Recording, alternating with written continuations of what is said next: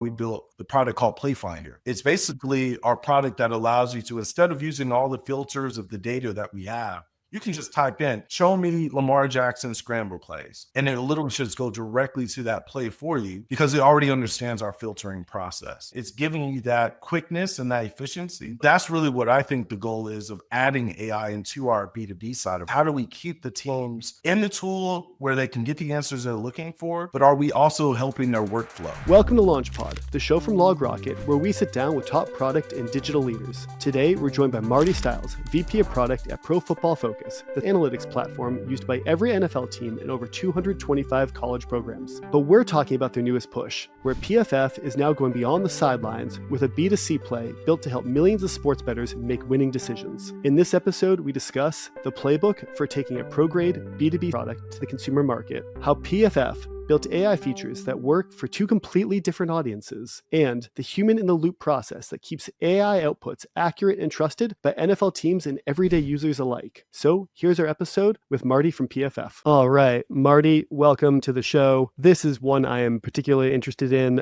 Anyone who knows me knows that gambling is a fun pastime of mine, and you guys bring something I also love, which is data and insights into that world. I know you're more than just the gambling side, but that's what kind of pricked my ears up. But welcome to the show, man. Thanks for coming on. Thank you, Jeff. It's great to be here with you. I myself, avid gambler here. I have to just say I do it a lot as well. Started off in fantasy football and just naturally moved into it. It's just exciting to work for a data company in football, especially with one of the most bet on sports. It's just every day is exciting. So for everyone listening, PFF, Marty, you are the VP of product over at PFF and basically started out providing insights to, I think at this point, every NFL team and well over 225 NCAA football teams. Basically, y'all went, you know what? If our data is good enough for all the top teams to use this to figure out how to be better, there has been a huge growth in consumer gambling or legalized sports gambling. And there's an insights market there to help those people be smarter, move faster. So that's what we're going to talk about is basically how you guys have taken that and built that product and expanded into that market from what was a B2B background. Take away from there, like, how did you guys look at that market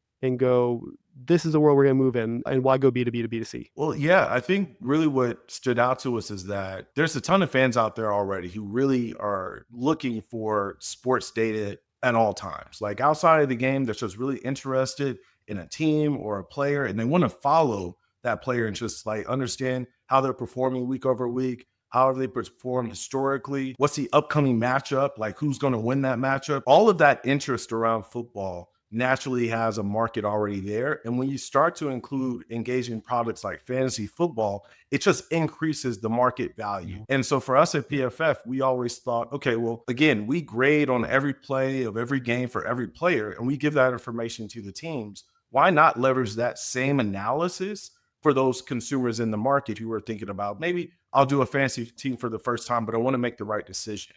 And when you think about sports betting as a market, it's even exponentially greater. I think it's about a $35 billion market, and it still is growing every day. Not even all the states are legalized yet. So that market is just growing exponentially. And we thought we're really set up really well for success if we bring our data to that market. Yeah. And I think the interesting thing from the product side is looking at the assessment. You have this, I'm sure there's some finance and accounting people who would not like my nomenclature here, but you have this kind of like fixed cost asset, if you will, of the analysis you guys have done of every game, like you said, every play, every player. And it's really deep. My understanding is it's like 200 data points per play. There's like 80 hours of analytics go into every game. And while some of my non-football, my friends may say it feels like a football game is 80 hours, in reality, it's not. So that's far more work going into cataloging it than the actual game itself. You have this giant fixed cost, a big market to all the pro teams and college teams. But, it sounds like there was some product to build to go to the B2C market, but you could still leverage the thing that brought you to the table, right? So it's that very straightforward 2-box. This is the upper right box of what you want to go into market-wise. Yeah. And I think for us, we recognize the fact that we are not the actual sports book. We are not the actual fantasy platform. But more and more consumers are looking to make data-driven decisions and are looking at paying subscriptions for those decisions. So I almost think of it as, think about your financials yourself. Maybe you're managing your wallet and you want to make some good decisions. You might reach out to Fidelity and get yourself a financial planner. You might get someone to help you figure out what are the right investments to make. And just like Bloomberg has its own just advice and things like that, we consider ourselves that as well. You're managing your bankroll, you're managing your bets. You want to make sure that more money is coming in than more money is leaving. So we're a really good person to have besides you to keep that thought. And there's subscriptions out there right now that are priced pretty well in the market. And we thought, okay, we can match that same price when it came to football. And then, I mean, just the validation of the number of teams that contract with you. I don't think it's very far off. I was going to make the analogy, and you kind of did it for me, of almost the Bloomberg terminal of sports betting or fantasy football, Yes. which is, let's be honest, just non-monetary gambling. It is. Cool. So maybe first of all, what are the kind of core pieces here that go into or come out of rather that 80 hours of analysis per game? Like, I assume it's not just free form analytics. There's actual insights to be had here. Yes. So I won't get too far in the details because it's 8 hours. It's a long time. But just imagine you have someone who's watching the game and they're taking in first the basic information, like the jersey numbers, the players' names who are on the field, which positions are on the field. Obviously, you've got your quarterback, your offensive line, but are we at a 3 receiver setup? Or are we at a 2 receiver setup? That basic information is first charted. Then we think about the player participation, like what are they actually individually doing on the play? So is the wide receiver blocking on this play, or is the wide receiver going out for a post route, or is the offensive lineman pulling for the running back, or are they staying put and actually protecting the quarterback? That information happens. And then the final stage is our analysis. We're thinking about, okay, let's start to grade each player, right? So, okay, let's say you, Jeff, you're the receiver and you're going up against that cornerback. Let's say you miss your block. We're going to have to give you maybe a minus grade for that block being missed. However, maybe the next play, you hit that post route and you catch the ball and it's obviously past the 10 yards and now we got a first down. We're going to grade you appropriately for that success. And so those 80 hours is tediously going through what's happening for every player, grading every player, and then obviously that analysis that goes along with it, right? Like success rate. So there's a lot that goes into it. I really appreciate our data collectors here at the company because they provide us in product the ability to create these beautiful experiences to help bettors, to help the teams themselves. Right. And that, if I understand, that's part of what differentiates the product and part of kind of why this has been so successful is this end of, it's one thing to kind of collect analytics from an aggregate level, stats, all that. But this is trained human experts actually analyzing these things and providing that next layer. And so for someone to come in and try to surpass what you guys are doing, it'd be a huge investment just to get near it. Huge investment. And I think that's why I was impressed with PFF when I first heard about what they were doing. And that's why I joined the company. It's just the level of just class and just professionalism this team takes to do that work is unmatchable. Like there's not many companies out there that can say they do what we do. And again, that's why we've been able to have all 32 teams use our product. And we have over 225 NCAA teams use our product because they understand how much effort is going in to collect this data and the amount of analysis that comes off of it. So I guess now thinking about the B2C product, right? Like you guys have clearly delivered a ton of value to the super mega ultra pro level to have every single pro team using the tool and a huge number of college teams. And we can all be honest, the top college tier teams, their budgets are probably not far off of the pro teams. On the B2C side, though, I mean, even pretty intense data nerds are going to have a little bit of trouble operating at the capacity of a full analytics team with an NFL team. How did you start to look at, okay, we have this product and this rich data, but what needs to be done differently now that we are serving a giant number of individuals versus a tight market of very professional people? I like to think of my product team as a chef when you think about it, right? Like you've got all these raw ingredients. You got the grades, the raw data that we've collected, just like the matchup analysis. But then all of those things separated, you might not be able to actually action upon, right? Like if you're a sports bettor and I just give you one piece of that data, you might just say, well, what else do you have? This isn't enough for me to make a decision. Yeah, they have a great matchup, but now I don't know how he's performed in the last 5 games. I don't know if there's any injury I should be aware of that's going to affect this game. That information, like consolidated, can actually inform your bet a lot better. And so I like to think of my team as like that chef cooking up a stew and trying to make a more like suitable dish for you out of those raw ingredients, right? And so that's what I see the PFF Plus subscription as, right?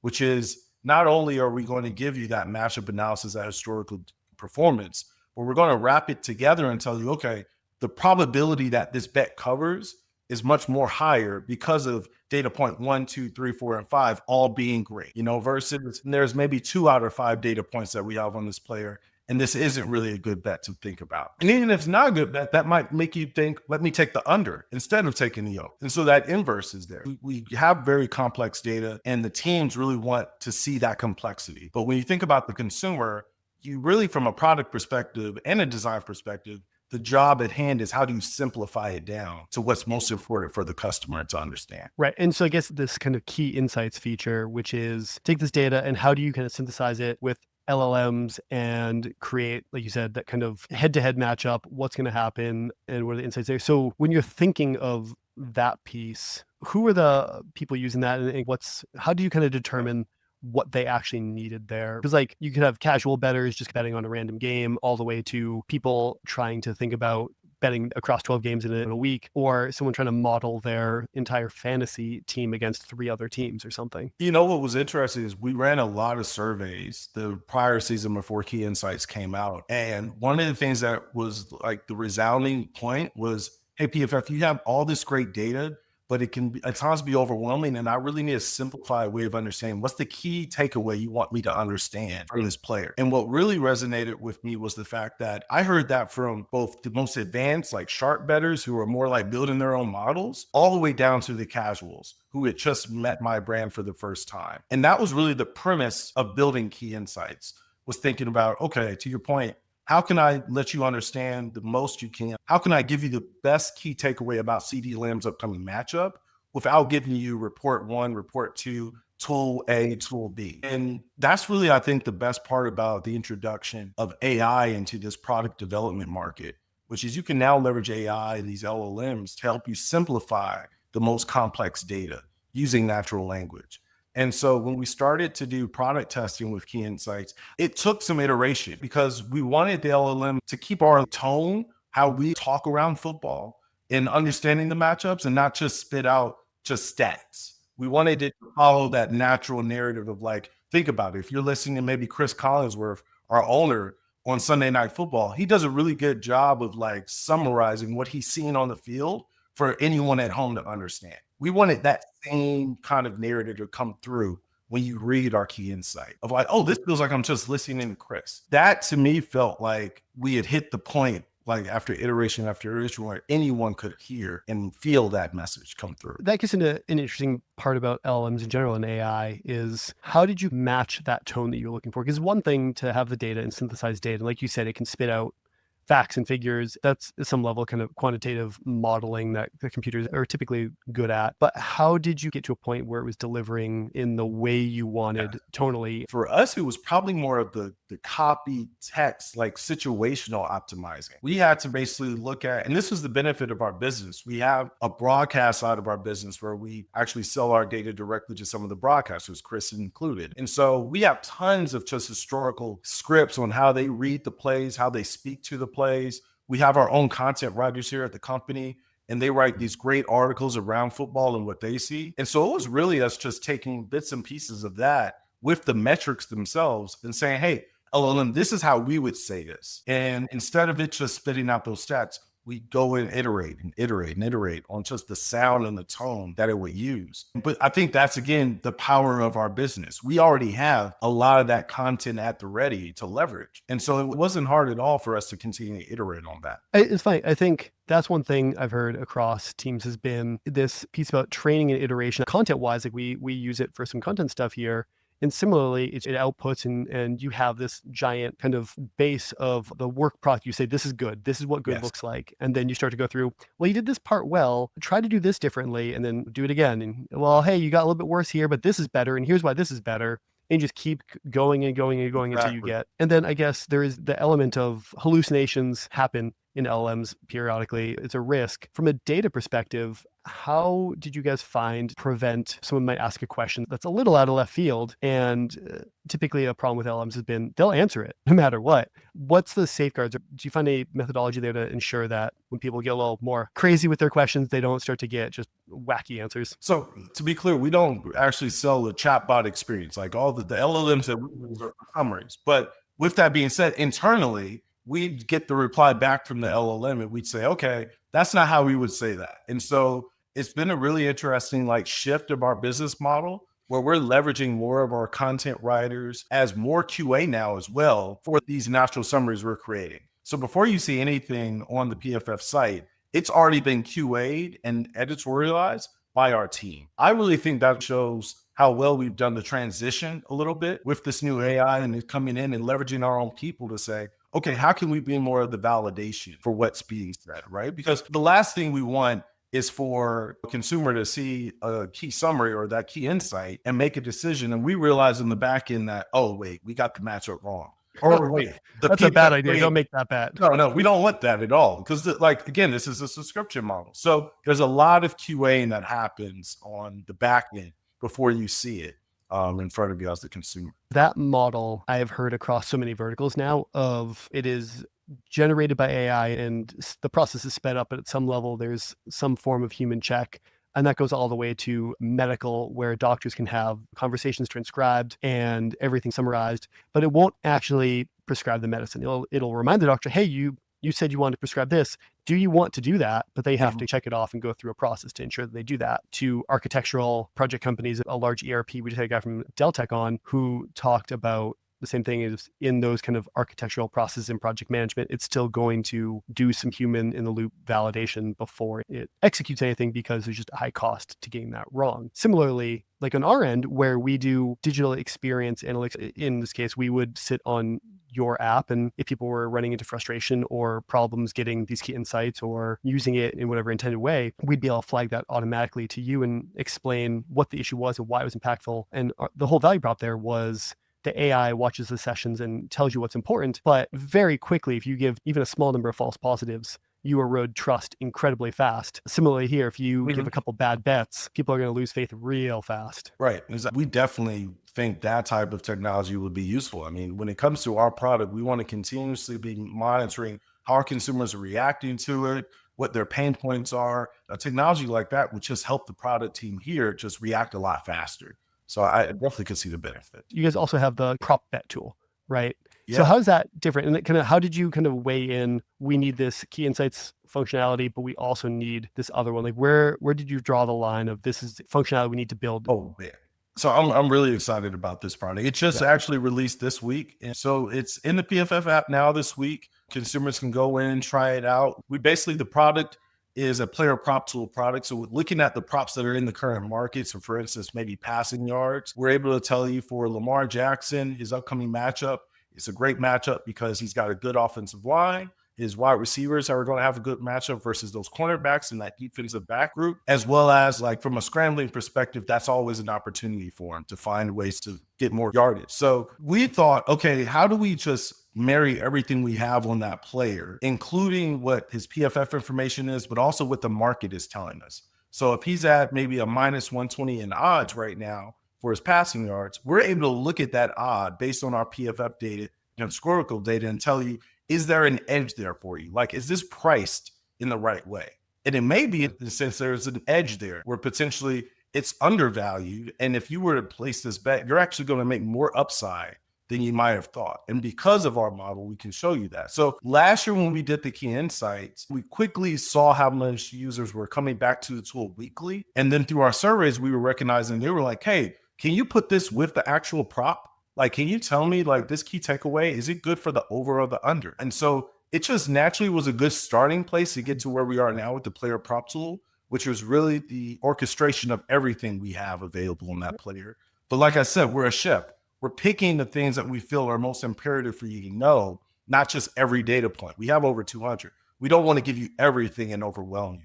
So it's been a really cool transition. I think that's something to pick out real quick is this idea of watch behavior, understand how people are using it, but also contextually with the rise of things like DraftKings and FanDuel, like those are typically their big use cases tend to be as much around prop bets as maybe Sportsbook in Vegas were much more focused on the games themselves. Exactly. I'm curious kind of on that front, when we talked earlier, you had mentioned one of the big focuses from a persona standpoint is intermediate bettors, like not the super expert, not the super entry level beginner, but how did you determine this middle ground or mid-level person just doing semi-regular wages was the way to focus? It goes back to my example with Bloomberg. There's that person who just is now getting started on their financial journey, and they're probably just asking friends and they're probably doing a little bit of information gathering, but they haven't yet subscribed for more of like a data-driven secondary tool. And that would be that intermediate who's doing that, more data-driven. They're looking for a product to actually help them on their journey. When you get to the advanced level, if you're sticking with that Bloomberg example,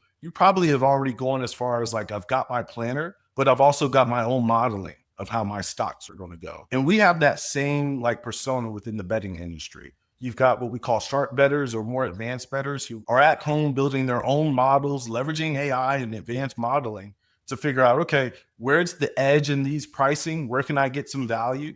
Also, here's all this great football data I've probably scraped and gathered from different sources and putting that into their model. And so I would say we felt like, okay, the good spot to start with our data is probably that intermediate. Let's be that secondary screen for someone who's at like DraftKings or FanDuel. And right before they press the button, they're like, I want to verify. I want to make sure I'm making the right decision. And the casual may just say, you know what? Oh, well, I'm going to go for it. My gut tells me yes. And that more advanced player is saying, what does my personal model tell me? And so there's a lot of value in that middle ground, but it also gives us space to actually start attacking the other two, the bookends, right? If we do this product right, hopefully the casuals will come in, take a look at it and say, this is why I need to be a little bit more data-driven. I'm going to give this a shot. But then it also gives us the ability, maybe we go deeper. Maybe we go more into arbitrage betting, more into these different modeling types of betting use cases where the advanced players may want to be with us. So we think this middle layer gives us an opportunity to attack both sides of the market too. Have you guys looked at all about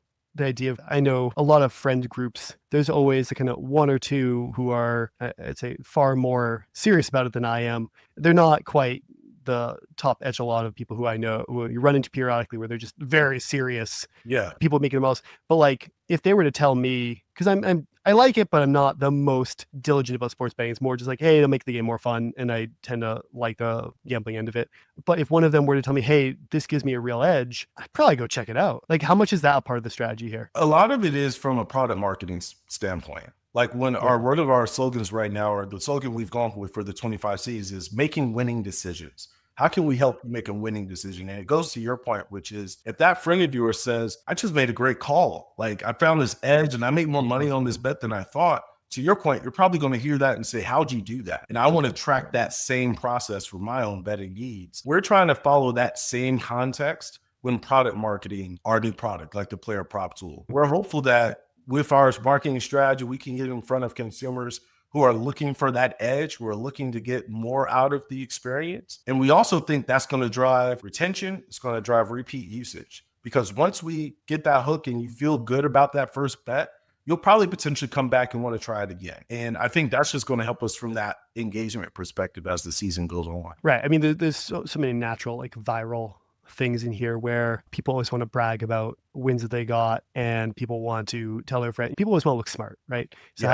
How do you kind of leverage the downside though is if someone tells me about it and I try it and I lose money, I'm gonna be like, what the hell, man? It's a bad tip you gave me there. So exactly. And I would say that's probably something when we went into this betting market, we were really conscious about. We were like, we don't really want to come into this market and say, here's our pick. We want to come into the market and say, here's our analysis that goes with the prop that you're looking at, and still leave the decision with you. But now that you've got that information, it's more informed. Even if that bet doesn't play out the way you like, I'm hoping that the process, like that engagement of like winning out the data, you felt confident. That's the process we're hoping is the latch key per se to have you come back. Have you guys seen what that kind of like aha moment is? Because I know, right, if you look at like Twitter early on, it was you followed X number of people, I think, and that was actually a huge part. It wasn't even like posting, it was just you followed X number of people who were consuming. Or right, Facebook, I think very, very early on had some metric around connections that you generated. If you had like 3 friends on the platform, you were like so much more expected to last and have a long time. What does that look like here? Because there's got to be some number of maybe one successful bet or one insight, but like at some number, it probably becomes validated. This this is a part of my habit now of how I do this. So for us, the interesting part though is we're not really much aware, we're not, of what your outcome is. And so with that, what I have to look at as a key KPI is what is your repeat usage like? The key insights is just a page of insight. So what I'm looking for is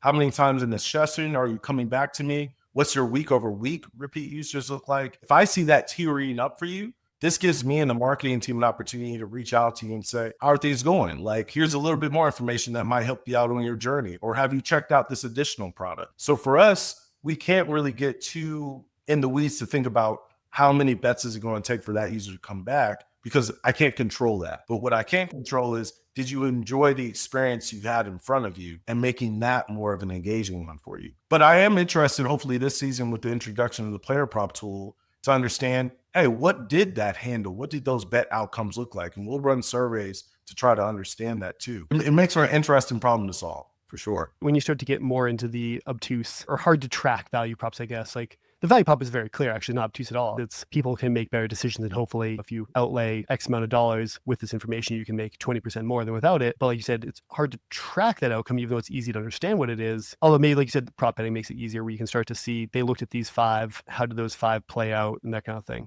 I'm curious if we can maybe regress a step and think about the tech behind kind of where you guys have gone and your use of AI internally and how you're using that to better present the data. This is the conclusion one can draw, that a lot of the kind of back-end analysis work that you guys are doing, that 80 hours per game, some of that could be potentially replaced at some point by AI vision models or any of that kind of stuff. How do you think about that? Honestly, I think it's really innovative, and it's the right thinking to have. We as a business obviously want to make that process even more efficient. And so we're exploring things like computer vision, like more vision modeling. And really what I'm excited about with it is not just the efficiencies, but the new analysis that can come from it, right? And so I'm really looking for a world where now this creates even more data points for us to collect. Think about athleticism, think about speed that's happening on the field. That opens the door a lot faster to gather those different types of data points. And then from us on the data science side and product, we can now go off and create even more digital products from it. And so I like to think of it as an introduction of what new things can PFF provide, not just consumers, but now the teams too, right? Because they'll be interested in that data too. It's an interesting thing to look at, because Right. if I came up with it and you guys think about it, there's probably other people. Do you think there's like unique insights that the human level brings on that? I think there is. I think there still is. The person who's looking at the screen who knows the player, I think they have the ability to just know a little bit more about, like, okay, this is what Lamar brings to the game, and this is why he chose to scramble versus not. Or they can take analysis to think about, all right, we've got Aaron Jones as running back. He tends to want to do more inside than outside run. Not saying he does, but the person watching has that moment now to think more about the why. And the computer vision takes more of the job of, okay, what's happening? I'm just going to go ahead and start collecting that. So I'm really excited for the time it gives the human to think more about the context of the game instead of just every finite detail. We can train the modeling to do that for us more. That's one area, kind of to your point, that I've seen be an interesting kind of combo of almost bionic humans. Sure, almost anyone can gather all that data. You can just throw a vision model at something and money, and that's all it takes. But having the expertise to know what are the 3 questions you really need to ask in this situation, or what's the bullet point to bring out, that seems to be where a lot of this differentiation in any tool that's using AI like that, or could be disrupted by AI like that, is going to come out. I mean, it also opens up the door for similarities and analysis of, like, okay, I'm watching this film right now, but who plays similar to Lamar this is? Is it Jaden? Is he running a similar scheme just like he is? Oh, AI already recognizes it, and here's some additional plays you should look at. For me as a product manager, with the product we have, which is Ultimate, that we sell to the teams, that whole product is really just, the premise is getting you directly to the film, having you start with our reports, our filtering, and get you down to the film that you're looking for. But once you get in that film, as a product person, I really want you to stay engaged. I'm like, how do I get you to watch another piece of film? And so if I can leverage AI as a sense of, like, what's similar here? Are they running a scheme just like the Giants would? Are they running a different front just like the Saints would? Okay, we've already identified that for you. Here's another key insight. Why don't you check this video out? If I can keep that session time longer, that's a really good key indicator that that product's working. It's also another reason why we built the product called Playfinder. It's basically our product that allows you to, instead of using all the filters of the data that we have to get to that film, you can just type in, show me Lamar Jackson scramble plays. And it literally should just go directly to that play for you. because it already understands our filtering process. It's giving you that quickness and that efficiency. But that's really what I think the goal is of adding AI into our B2B side of our business, is how do we keep the teams in the tool where they can get the answers they're looking for, but are we also helping their workflow? Like the weekend's over and now you're working on the scouting the next team. I want you to get that scouting report done a lot faster so the players have it in their hand. That's one of the key pieces I'm hoping to solve on that side of the business. It's striking me as funny how similar some of the goals of our product teams are across both of our companies, where, as I talked to, we do digital experience analytics, and historically we started from providing session replay. The difference being yours is video of people in football games, ours is video of users of people using your application. But it's the same idea, right? It's how do you query, I want to know where people are struggling with this funnel, or how are people struggling putting together a system of prop bets to analyze. But it's the same idea of how do we surface that kind of situation without you having to dig? How do we make it so you don't have to watch, you can watch more situational video of exactly what you want to see, not have to scrub through a 2-hour game to find one play. I also think it brings up a really good point about where we see the industry going with AI. Like, I'm probably the type of person you would say, I want to first find the core problem and what is that a problem to be solved, and then figure out, can AI help me enable this problem to be solved a lot faster? And I think the good product teams of the industry are following that same philosophy, which isn't just splatter AI everywhere, but is, am I still solving the core problem that the consumer has, and then leveraging AI to do that? At PFF, our vision for 2030 is to be a more AI-driven analytics company. And so we're taking a really keen lens across our portfolio and saying, where are the right places to start introducing AI? In the film process, like you're saying, that's a really good place to do it. Because again, it's the speed of get me to the next video where I can see the next insight. And that's where that can help. How do you surface in a world where there is near infinite amount of video you can watch?